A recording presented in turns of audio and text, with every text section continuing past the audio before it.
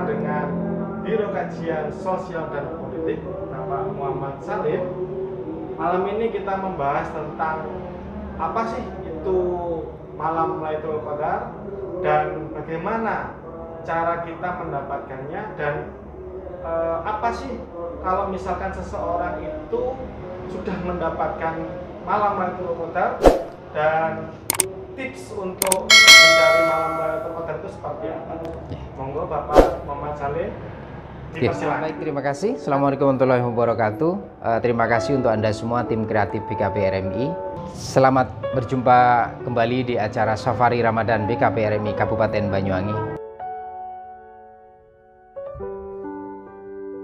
Baik sahabat BKP RMI yang dirahmati Allah, bertemu kembali kita di Ramadan 2022 1443 Hijriah.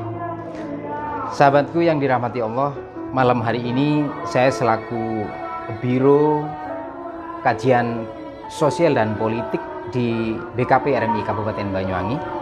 Malam hari ini saya ingin mengetengahkan atau anggaplah kita kajian bersama tentang perspektif Lailatul Qadar yang sangat digemari oleh umat manusia. Maka sumber ilmunya adalah di surah Al-Baqarah, dan bagaimana Allah memberikan satu riwayatnya itu di surat Al-Qadar. Baik, kita kaji, kita bersumber pada satu ayat di surat Al-Baqarah. A'udzubillahi minasyaitonirrajim. Syahrul Ramadan allazi unzila fihil Qur'an hudal linnasi wa bayyinatin minal huda wal furqan.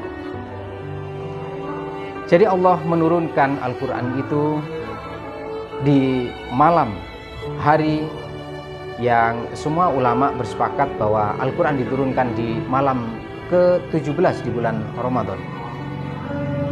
Oleh sebab itu, maka ketika memang ayat Al-Quran atau kitab suci Al-Quran diturunkannya, akan memberikan penuh kepada seluruh umat manusia yang nanti kemanfaatannya ketika memang bulan Ramadan kita bersama-sama mengerjakannya, mungkin secara lengkapnya, mungkin secara baiknya, dan mungkin secara benarnya, akan mendapatkan hal-hal yang memang sudah disiapkan oleh Allah Subhanahu wa Ta'ala. Di mana itu perihal riwayat atau hadiah-hadiah yang diberikan oleh umat manusia, yaitu berada di dalam surat Al-Qadar. A'udzubillahi minasyaitonirrajim. Inna anzalnahu fi lailatul qadar.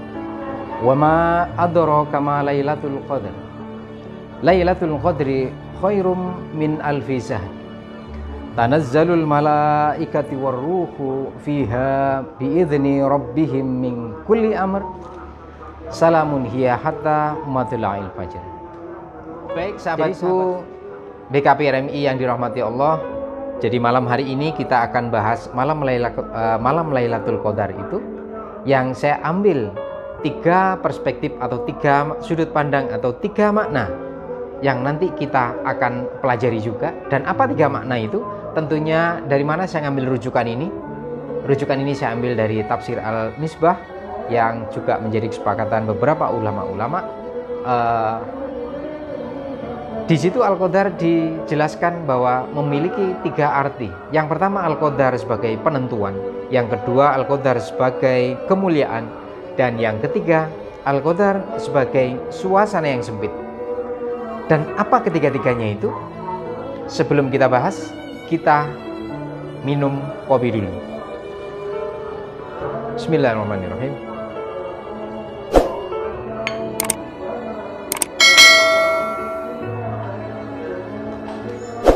Baik sahabatku semuanya, saya ingin jelaskan dari rujukan Tafsir Al-Misbah dari Habibana Syekh Quraisy Shihab yarhamuhullah. Al-Qadar yang pertama memiliki arti dan makna itu sebagai penentuan. Apa itu penentuan?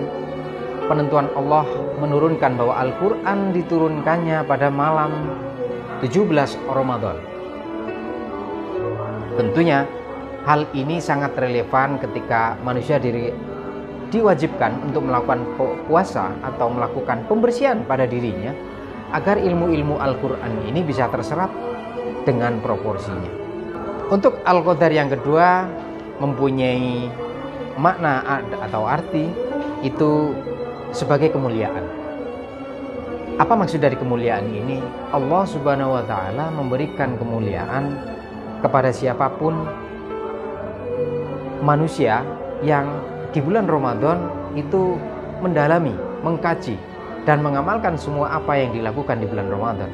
Maka kemuliaan itu setara, yakni kita mendapatkan limpahan seperti halnya orang yang beribadah kepada Allah, jihad kepada Allah, itu lamanya adalah 83,3 tahun, atau yang paling sohor di masyarakat dikatakan 1000 bulan.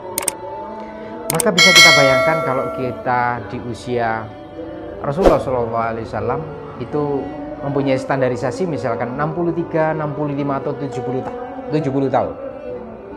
Seandainya kita mendapatkan limpahan dari malam Lailatul Qadar di bulan Ramadan itu, kita mendapatkan pahala seluas atau sepanjang 83,3 tahun. Padahal umur kita 63 tahun. Maka pentingnya Lailatul Qadar itu kita akan cari tentunya merelevan dengan sekian ayat di dalam pandu-pandu Al-Quran itu. Yang ketiga, Al-Qadar kenapa sempit? Suasana sempit. Nah, di dalam tafsir itu dijelaskan bahwa sempitnya dimaksud disebabkan tanazzalul malaikati waruh fiha biizni rabbihim min kulli amr.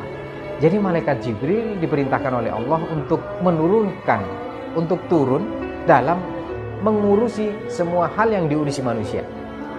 Jadi apapun urusan-urusan kita, dengan adanya berkah dari Allah melalui malaikat Jibril akan menebarkan rahmat dan nikmatnya di bulan Ramadan, sehingga siapapun, sekali lagi siapapun kita, baik memiliki kefasihan, kepandaian atau belum mendapatkannya, kita berpotensi mendapatkan anugerah rahmat dan nikmat yang dibawa oleh malaikat Jibril. Maka bagaimana kita di bulan Ramadan ini meresapi pentingnya di bulan suci Ramadan dan menerima hal-hal keistimewaan di malam Lailatul Qadar. Mungkin itu sahabatku BKP RMI yang dirahmati Allah. Di dalam 3 perspektif ini mudah-mudahan kita memiliki parameter-parameter hal yang membuat kita paripurna di dalam keibadahan. Tentunya ketiga-tiganya ini ketika memberikan indikator bahwa bagaimana sih rasanya orang mendapatkan anugerah malam Lailatul Qadar. Satu kutipan yang memang sudah dijelaskan di sekian catatan-catatan para ulama, diantaranya adalah kita merasakan sebuah kesejahteraan dan potensi kedamaian pada dalam diri. Kedamaian itu 2 hal, ada kedamaian pasif dan kedamaian aktif. Kedamaian pasif kita bisa rasakan ketika kita misalkan hari Senin kita mendapatkan rezeki yang mungkin tidak banyak, kita selalu damai aja, karena dengan nikmat rahmatnya Allah yang begitu luas. Itu damai yang aktif, tidak pernah menggerutu ke teman, tidak pernah menggerutu ke diri sendiri. Tentunya kita memiliki satu potensi-potensi yang pinter dalam bersyukur. Nah, itu indikator diantaranya mereka yang terlimpahi oleh anugerah malam Lailatul Qadar.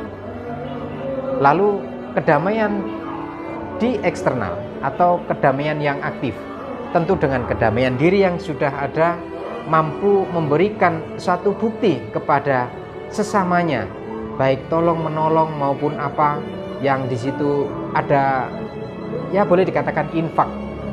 Maka disitulah damai yang dimaksud adalah damai yang aktif. Maka pencapaiannya adalah bagaimana atmosfer kita itu berbentuk Darussalam. Jadi kesejahteraan, kedamaian ada pada diri, sehingga inilah yang nanti akan kita biaskan ke masyarakat, ke tingkat sosial dan ke seluruh umat manusia. Mungkin itu saudaraku semua yang dirahmati Allah. Mungkin begitu saja 3 perspektif ini dari saya Muhammad Salim selaku Biro Kajian Sosial dan Politik di BKP RMI Kabupaten Banyuwangi. Saya akhiri. Akhirul kalam billahi taufiq wal hidayah biridho wal inayah. Wassalamualaikum warahmatullahi wabarakatuh.